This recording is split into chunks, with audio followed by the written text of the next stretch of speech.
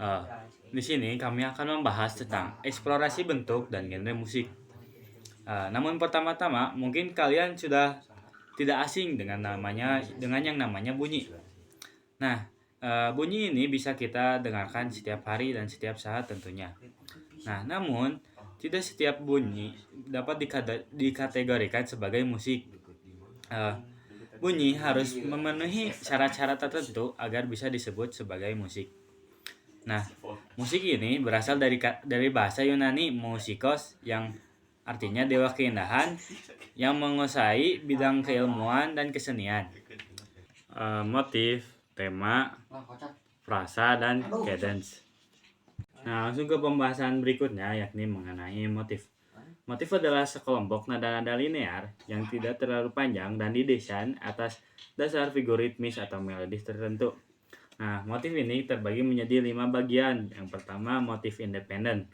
Motif independen adalah unit kecil yang terisolasi dan di dalamnya telah memiliki suatu ide musikal yang lengkap. Lalu, motif independen adalah suatu motif yang digunakan bersama dengan materi lain dalam melengkapi suatu ide musikal yang panjangnya setara dengan frasa. Motif turunan. Motif turunan adalah motif yang diturunkan dari tema sebelumnya atau kadang-kadang mengantisipasi kedatangan tema setelahnya. Jadi motif turunan ini banyak dijumpai dalam karya-karya besar simfoni. Motif turunan juga diproduksi oleh suatu proses fragmentasi yang terjadi dari sebuah porsi tema yang diekstrak untuk melakukan perluasan. Selain itu, terdapat juga jenis-jenis motif yang lainnya seperti motif spontan. Nah, yang ketiga adalah motif spontan. Motif spontan ini adalah sebuah motif yang tidak diturunkan dari tema yang datang sebelumnya atau akan datang sesudahnya. Lalu ada yang terakhir, motif figures adalah figur-figur bermotif yang merupakan suatu rancangan yang digunakan untuk mendeskripsikan figurasi-figurasi kecil. Motif ini terbentuk setelah sebuah motif asli dan digunakan dalam deretan-deretan untuk membentuk alur melodi. Dan yang terakhir ada motif melodi, yaitu motif yang didasarkan atas penggunaan motif figur. Nah, di dalam struktur selanjutnya juga ada yang namanya tema. Tema merupakan ide pokok yang mempunyai unsur-unsur musikal utama. Nah, dalam komposisi tema masih harus dikembangkan lagi hingga terbentuknya sebuah komposisi secara utuh. Sebuah karya bisa mempunyai lebih dari satu tema pokok yang akan mengalami perkembangan selain tema struktur musik. Kalimat atau frase adalah sejumlah ruang birama, biasanya 8 atau 16 birama. Sebuah kalimat musik atau periode terdiri atas dua anak kalimat atau frase, yaitu kalimat pertanyaan dan kalimat jawaban. Kalimat pertanyaan merupakan awal kalimat atau sejumlah birama, biasanya birama 1-4 atau 1-8. Kalimat ini biasanya disebut frase tanya atau frase Jepang karena biasanya berhenti dengan nada yang mengambang. Umumnya di dalam kalimat pertanyaan terdapat ekor dominan, lalu kalimat jawaban merupakan bagian kedua, biasanya birama 5-8 atau 9-16. Kalimat ini biasanya disebut frase jawaban atau frase belakang. Suatu kalimat dalam lagu, kalimat jawaban umumnya jatuh di ekor tonika. Lalu yang terakhir di dalam struktur musik ada yang disebut dengan kadans. Kadence adalah bunyi nada rendah mengikuti nada tinggi yang ada sebelumnya. Secara umum, kadence memiliki dua fungsi, yaitu sebagai penanda berakhirnya suatu frase dan sebagai penanda memulai suatu yang lain. Kadence juga dapat dikelompokkan ke dalam 4 jenis, yaitu kadence austentik, plagal, deceptif, dan setengah. Nah, sekarang kita akan beralih ke materi selanjutnya, yaitu mengenai genre musik. Dalam genre musik kita akan membahas tentang genre musik formasi permainan musik, menghasilkan karya musik berdasarkan struktur dan genre musik, dan yang terakhir, memainkan dan menampilkan karya musik berdasarkan bentuk dan genre musik. Mungkin kalian sudah seringkali mendengar istilah genre musik. Apa itu genre musik? Genre musik atau sering disebut aliran musik adalah pengelompokan musik sesuai dengan kemiripan satu sama lain. Sebuah genre dapat diklasifikasikan berdasarkan teknik, gaya, konteks, dan tema musik. Genre musik dibagi menjadi dua, yaitu musik tradisional dan musik non-tradisional. Musik tradisional adalah jenis musik yang lahir dan berkembang dari budaya satu daerah, kemudian diwariskan secara turun-temurun, sedangkan musik non-tradisional tidak, lahir dari budaya atau masyarakat musik non-tradisional atau sering disebut sebagai musik modern, tidak lahir dari budaya suatu masyarakat tertentu. Dalam musik tradisional terdapat ciri-cirinya, yaitu sebagai berikut. Nomor 1, dipelajari secara lisan oleh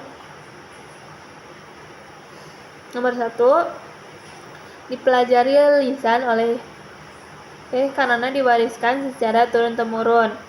Musik tradisional sering dipelajari secara lisan dari satu generasi ke generasi berikutnya. Nomor 2, informasi arti musik tradisional lebih sering digunakan sebagai sarana hiburan masyarakat.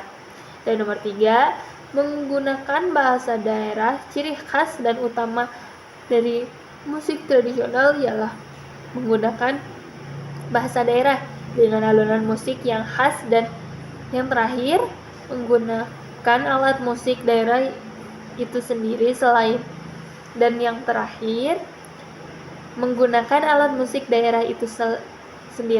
selain menggunakan bahasa daerah, pembawaan musik tradisional juga menggunakan alat musik daerah, misalnya gamelan, kecapi, dan kolintang.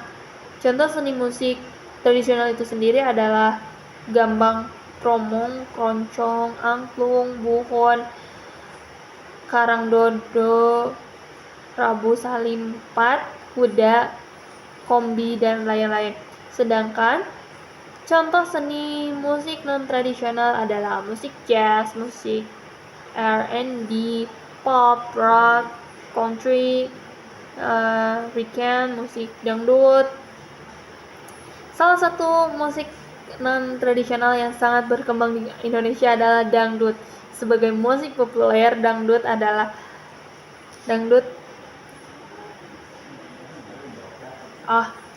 salah satu genre musik non-tradisional yang sangat berkembang di Indonesia adalah dangdut. Sebagai musik populer, dangdut sangat terbuka terhadap pengaruh bentuk musik lain, dari keroncong, langgam, degun, gabus, rock, pop, hingga house musik. Berikut beberapa jenis musik dangdut yang berkembang di Indonesia, yaitu dangdut klasik atau lawan jenis ini merupakan awal kehadiran musik dangdut di Indonesia. Musik dangdut klasik ini masih memiliki nuansa Melayu klasik, lalu ada disco. Dangdut, jenis musik dangdut ini merupakan salah satu jenis musik yang digemari terutama pada tahun 1990-an. Lalu dangdut campuran, jenis dangdut ini dinamakan campuran karena dalam satu buah lagu terkandung beberapa jenis unsur musik. Dan yang terakhir adalah rockdut. Jenis dangdut ini merupakan perpaduan antara musik dangdut dan dengan rock. Jenis dangdut ini menimbulkan persaingan dengan musik yang sedang hits pada saat itu. Nah, di dalam genre musik juga ada yang disebut sebagai formasi permainan musik. Berdasarkan bentuknya, musik dapat dibedakan menjadi 3 macam, yaitu musik vokal, instrumental, dan campuran. Teman-teman di sini ada yang tahu gak apa itu musik vokal? Untuk teman-teman yang belum tahu apa itu musik vokal, saya akan menjelaskan sedikit pengertian dari musik vokal itu. Musik vokal adalah musik yang bersumber dari suara manusia itu sendiri, bisa dinyanyikan oleh seorang penyanyi atau sekelompok orang. Jadi, musik vokal ini sangat bergantung kepada jenis vokal yang dimiliki orang tersebut. Yang kedua, yaitu musik instrumental. Mungkin sebagian di antara kalian ada yang pernah mendengar apa itu musik instrumental. Jadi, musik instrumental adalah musik yang dihasilkan dari beberapa alat musik. Menurut Eka Stiayani mengatakan bahwa musik instrumental adalah alunan murni dari alat musik yang tidak diiringi dengan suara penyanyi. Biar lebih jelas nih, saya akan memberikan contohnya. Contoh dari musik instrumental adalah marching band. Yang terakhir, musik campuran. Musik campuran adalah perpaduan antara musik vokal, yaitu suara manusia, dengan musik instrumental, suara dari alat musik yang dihidangkan secara bersama-sama. Contoh dari musik campuran yaitu band. Kalian tidak asing dengan yang namanya band. Di band itu ada seorang penyanyi, kemudian ada gitaris, ada drum, dan sebagainya. Oke teman-teman, jadi di dalam genre musik ada juga yang disebut dengan formasi permainan musik berdasarkan bentuknya. Musik dapat dibedakan menjadi 3 macam. Yang pertama, musik vokal. Yang kedua, musik instrumental. Dan yang ketiga, musik campuran. Oke, di sini saya akan menjelaskan satu persatu apa itu musik vokal, musik instrumental, dan apa itu musik campuran.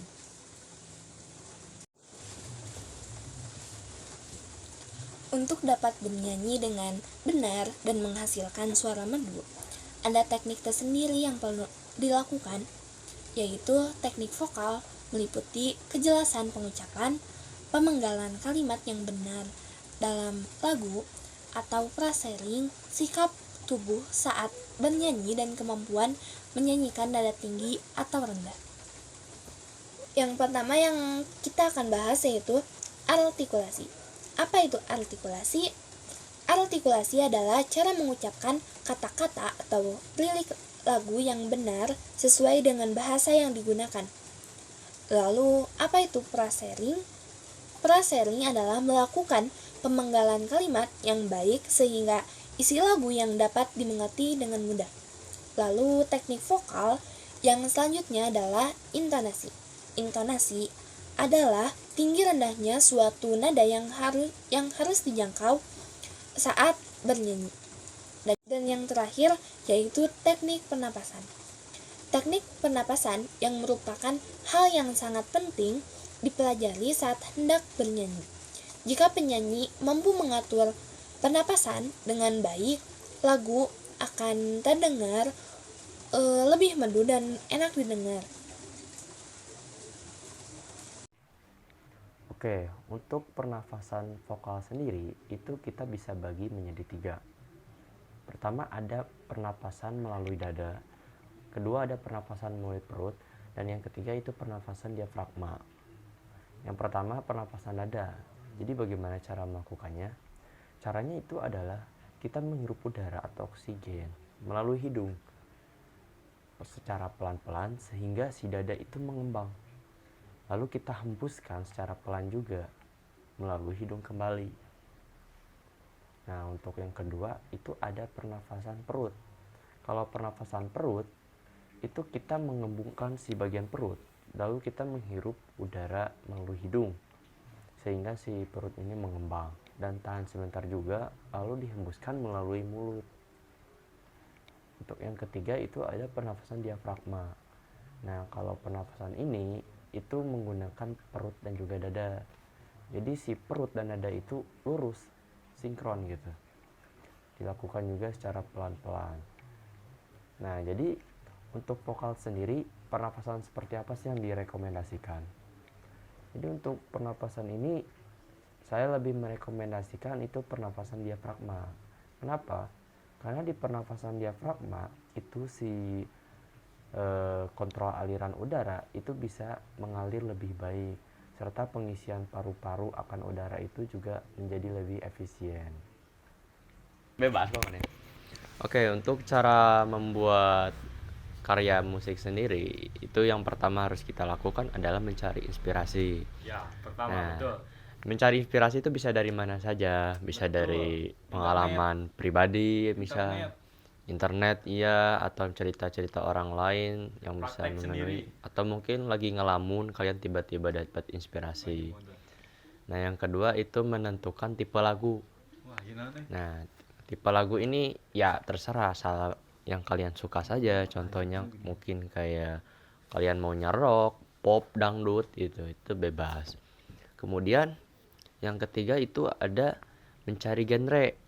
Nah, ini sangat penting teman-teman, karena harus menentukan genre. Mau misal genrenya itu mau cinta atau mungkin tentang perjalanan hidup, kisah-kisah yang menginspirasi. Karena ini akan berpengaruh juga terhadap gaya tipe lagu yang akan dibawakan nanti gitu. Terus yang keempat, menentukan kunci dasar atau nada. Jadi ini sangat penting ya, agar si lagu tersebut bisa dinikmati secara indah atau mungkin dinikmati secara enak di telinga pendengar, itu kita harus menentukan nada-nada yang sekiranya enak lah gitu. Terus yang terakhir itu kita harus membawakan lagu tersebut dengan penuh keseriusan, penuh hikmat gitu. Karena ketika kalian bernyanyi sangat penting sekali kalian untuk sangat mendalami lagu tersebut. Audio Jungle.